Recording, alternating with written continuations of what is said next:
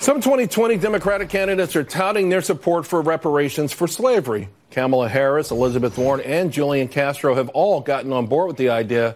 But before we all jump on the bandwagon, let's take a look at what the actual cost could be using those Pickford payouts to black farmers under the Obama administration. Of course, they were discriminated against by the USDA.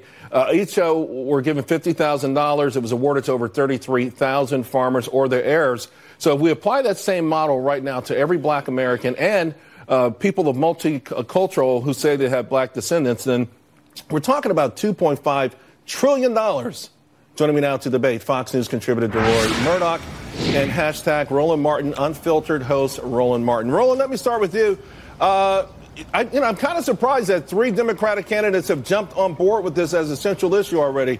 What do you make of it? Well, first, we make the mistake by trying to automatically jump to the cost as to understanding why you're even having the conversation. When you talk about this year commemorating the 400th anniversary of 20-odd Africans arriving in Virginia in 1619, you have to look at American history to understand that it goes back to General Sherman and Special Order 15, 40 acres and a mule that was rescinded after Lincoln was killed.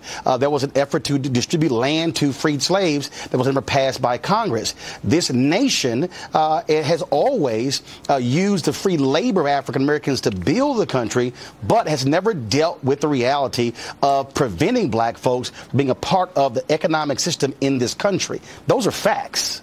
Deroy? Well, here's a fact. Slavery ended 154 years ago. It's been a long, long time since we had slavery in this country. And you have people who've come to this country, let's say the great wave of immigrants who came around 1890, 1900. I think they're going to be really shocked and disgusted if this thing goes through. And you have people who may have come from Poland or Russia or Ireland, and they suddenly have got to pay money to the progeny of people who have not been enslaved for 150-odd years. And you have people like my family. I'm black, but my family came to the United States in 1962. My parents are from Costa Rica. Do I get a check? We had no role in American slavery. What do you say? This is going to be the most divisive. One second, Roland, I'll let you in, but I do want to ask, what do you say to the folks who says it just wasn't when slavery ended, though? The Jim Crow laws. There you go. And all the things that came after that stopped black people from being able to enter into the U.S. economy like everyone else? I think a lot of what we did to address that involved things like the Great Society, many of these public assistance programs. Most of those were launched right about the same time as the 64 Civil Rights Act, and many of those things were done in a sense of trying to get people sort of in a better state economically. Roland, Charles, are you concerned, Roland, about what Deroy said, potential pushback from white folks in America saying, hey, I never owned a slave, and I don't know anyone who's ever been a slave. Well, again, though, this is the problem when you have American history. And look, Deroy actually said it. He doesn't even fully understand American history. The Great Compromise of 1877 ushered in Jim Crow. You had 92 years of Jim Crow. You talked about the Pickford.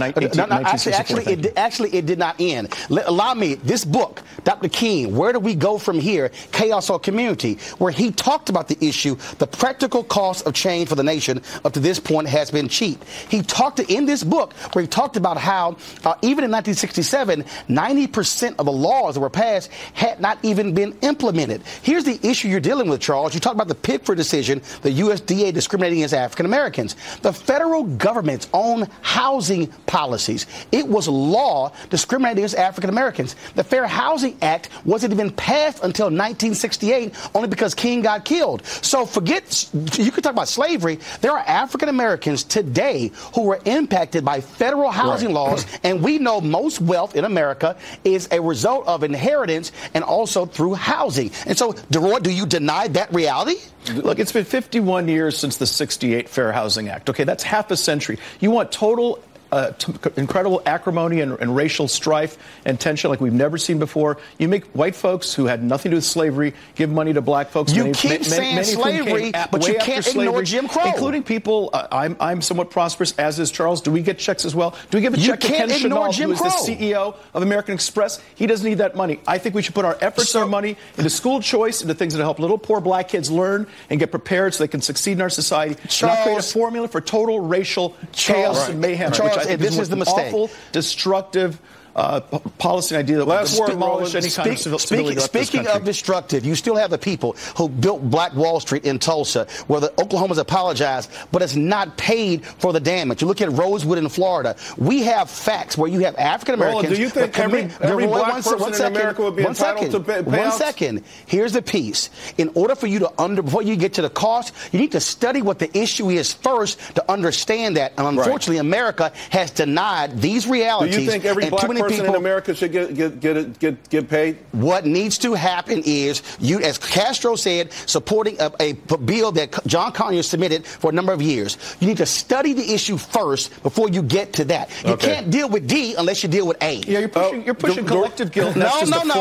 I'm pushing history. Social division. Shame on you. Deroy, I'm pushing history. And you don't know black history. You don't even know American history. I suggest you actually study American history, read American history. I suggest you learn more. A future of total mayhem, which I do not want to see. Let's leave it there. Disgusting idea. Passion on both sides. Charles, read this book. I'll read it. Dr. Deroy, King, where do we Roland. go from here? You too, Deroy. Thank you both very much. We'll be right back.